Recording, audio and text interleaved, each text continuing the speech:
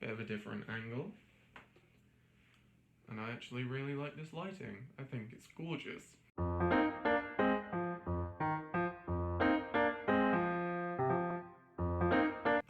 So I play bass. Not very well. And I love cartoons. In fact, it was the Scott Pilgrim graphic novel series that got me into playing bass. That and School of Rock. Jack Blackman. Rock legend. For me, there is no other cartoon that quite fits the bill than Adventure Time. It was a show that transcended the modern confines of cartoonity. It had a complex story, wacky situations, bold characters, and it was very pleasing to watch. There are only a few modern cartoons that really are in the same category as Adventure Time for me. You can probably see where I'm going with this. Oh, there's a bass guitar in Adventure Time. Marceline the Vampire Queen's axe. And I want it. I had a look online. They only sell props. Nobody really sells a proper working bass guitar that looks like an axe. I want the real deal. I want a proper, playable axe bass guitar. So there's the challenge. Build the bass guitar from Adventure Time with no prior knowledge. Shut up and sit down.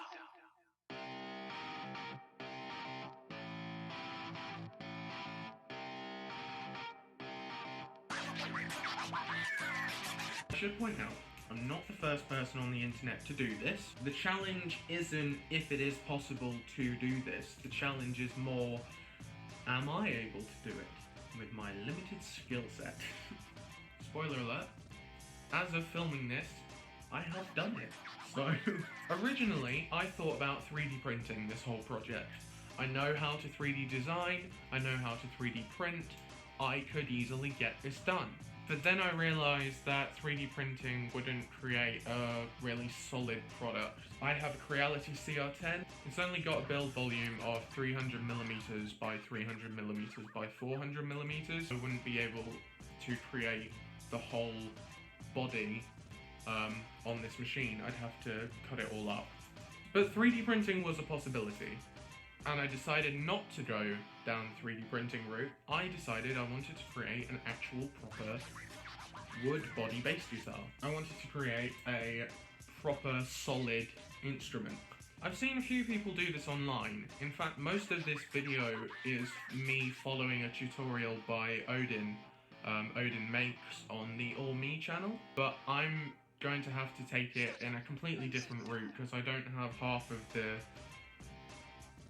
power tools that he uses, and I don't have any of the specialty equipment to get it completely accurate. So most of this project was me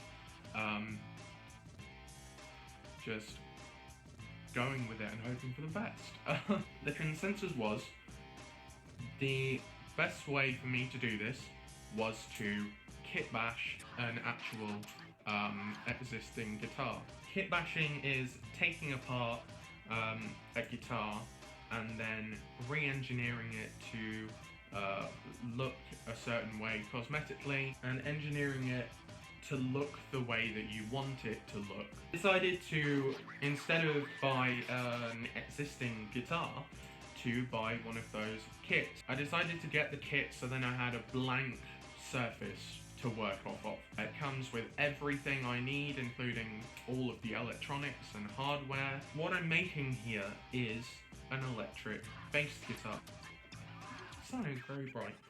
So the body is all solid. I don't need to worry about acoustic, resonance, etc. It's all electronic. It also comes with strings, which is good because I don't know how to shop for springs. Springs? Strings. I don't know how to shop for strings. Go away. Oh, I'm being blinded. Should I probably focus this? Probably. Oh, would you look at that? That's lovely, that. I'm just gonna look angry for the rest of this video. Anyway, so I went into this project knowing absolutely nothing about how to maintain an instrument, set it up, how to make it sound the way I want it to sound. So I watched a few videos on how to string the bass guitar, set all that up properly, how to raise and lower the pickups, set up the bridge. I went into this researching everything I needed to know. I was prepared. And then, the kit arrived.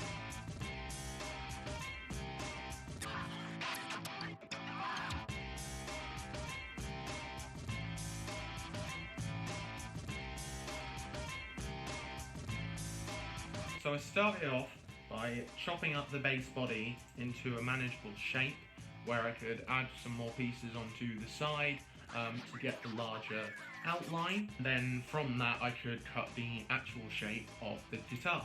I sanded down the side using multiple grit sandpaper and a mouser because I didn't have an orbital sander to hand, but the mouser did exactly the same job and it worked perfectly. The reason you sand down the sides is so then you have a flat surface to glue the extra pieces on, and you don't have any rough grain that will mess up the structural integrity of the product. It also kind of makes it look more professional, which is the look I was going for. Once I had sanded everything down, I glued some side pieces together to get the thickness of the body that came with the kit. I was very lucky and fortunate that it was only 2 layers of softwood and then 1 layer of MDF. So I just glued them all together into a stack, and then stuck them to the side. This is what I've got so far. I've got the main base shape. I've just added that little block in the corner to just even the squareness of it out. And I've also got these 2 blocks that I'm going to add to the side. And from that, I'm going to cut out the axe shape. It's going well so far. There's a lot to do. A lot of people think that when you're working with wood, you need to screw everything together. Screws are good for adding structural support. Basically, if you're going to apply pressure to it, it will just hold it all together. It sort of depends as well on the type of wood that you're using. So I stuck the sides on, and wow, then tragedy struck. Not really tragedy, but sort of an inconvenience. It's day 2, and what I have planned today is absolutely nothing, because I am going to Cardiff to watch the BBC Welsh Chorus. So I went off to Cardiff, and yeah, the show was good. Anyway, after I glued on the sides, it was time to cut the shape out. I made a template of what I wanted to cut out. It didn't quite fit, so I did a bit of freehand drawing, marking to make sure that it actually fit the base that I was working on. And I decided to cut the whole thing out using a jigsaw. A jigsaw is basically a reciprocating blade that chews through the wood, just makes sawing a whole lot quicker. And because of the narrow shape and design of the blade, you're able to put in quite complex curves and unique shapes into whatever you're cutting out. Sadly, my jigsaw broke. It had been working perfectly fine for a lot of my other projects that I've done in the past, but as I came to use it this time, the motor burnt out, which means that for a short while I had to hold off the project until I could buy a new one. So a lot of sawing, that is bright sunlight, so a lot of sawing and a lot of sanding later, I actually had the final shape that I wanted. This is a very bright light. I had managed to cut out the entire shape. There was a few rough patches, but you can just sand that smooth. And then when I cut the basic shape out, I turned the jigsaw to a 30-degree angle and decided to cut some beveled edges just to make it look a tiny bit more like an axe.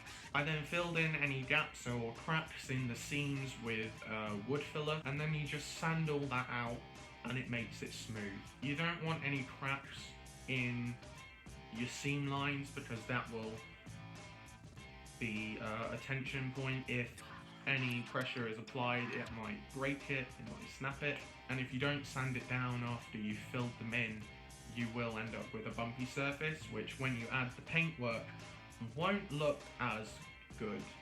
And I want to look professional, and I'm not doing a very good job at it. No, I'm not. Suddenly I turn into Broden Kelly. Thank you. After all of the sanding, for which I got very, very, very dusty, then came the painting. I primed the surface with a white wood primer, and then I painted. I worked with a red house paint, so I did a red, like a cherry red for the body, and then I used a darker colour for any accent pieces, and also the neck and head of the guitar. I then sealed all of that using a wood varnish, and I did that on the entire instrument, all pieces before I assembled it. Speaking of assembly, now came the difficult part, actually putting it all together. Romantic, isn't it?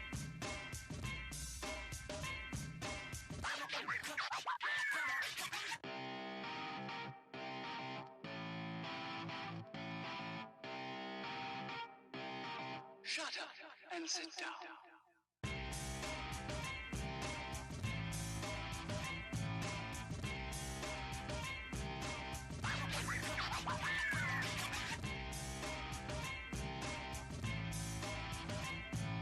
This whole thing was basically a giant jigsaw puzzle, and here's footage of me watching The Office while So instead of getting sued for basically including an entire episode in this time-lapse, here's Tomska complimenting my work.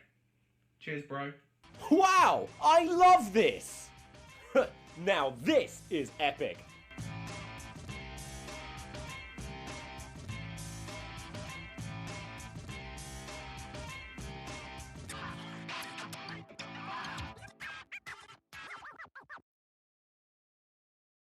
The end result is this.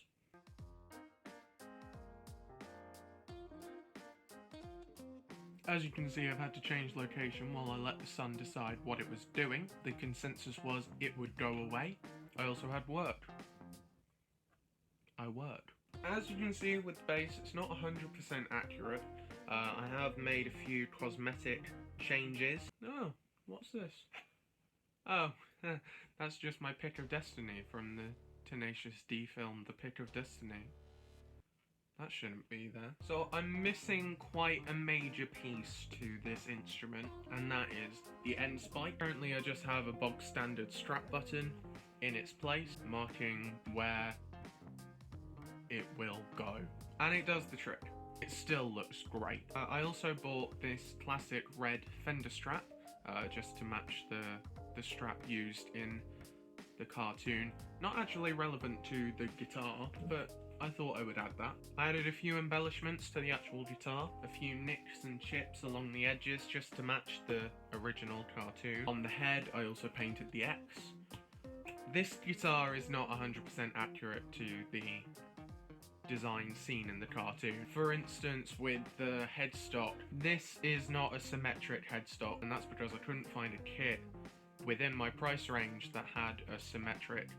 So I decided to take the pointed and just keep it uncut. I also added a silver pickguard. I thought it looked pretty cool, so I added that. This is sort of my own take on the design, and I'm very happy with how it turned out. Now the big question is, does it actually work?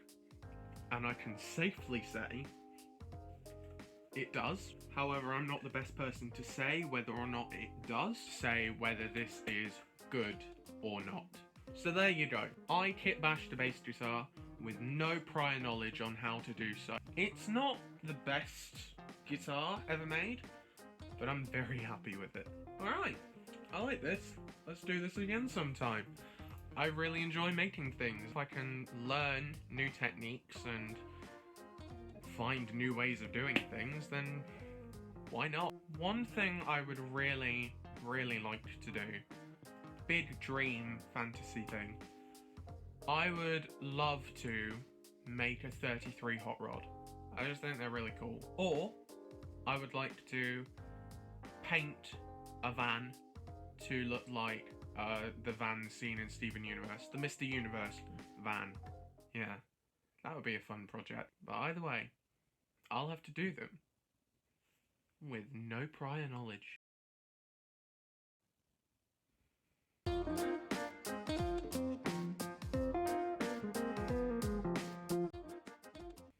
That was a really cheesy end line. We're gonna go with it anyway.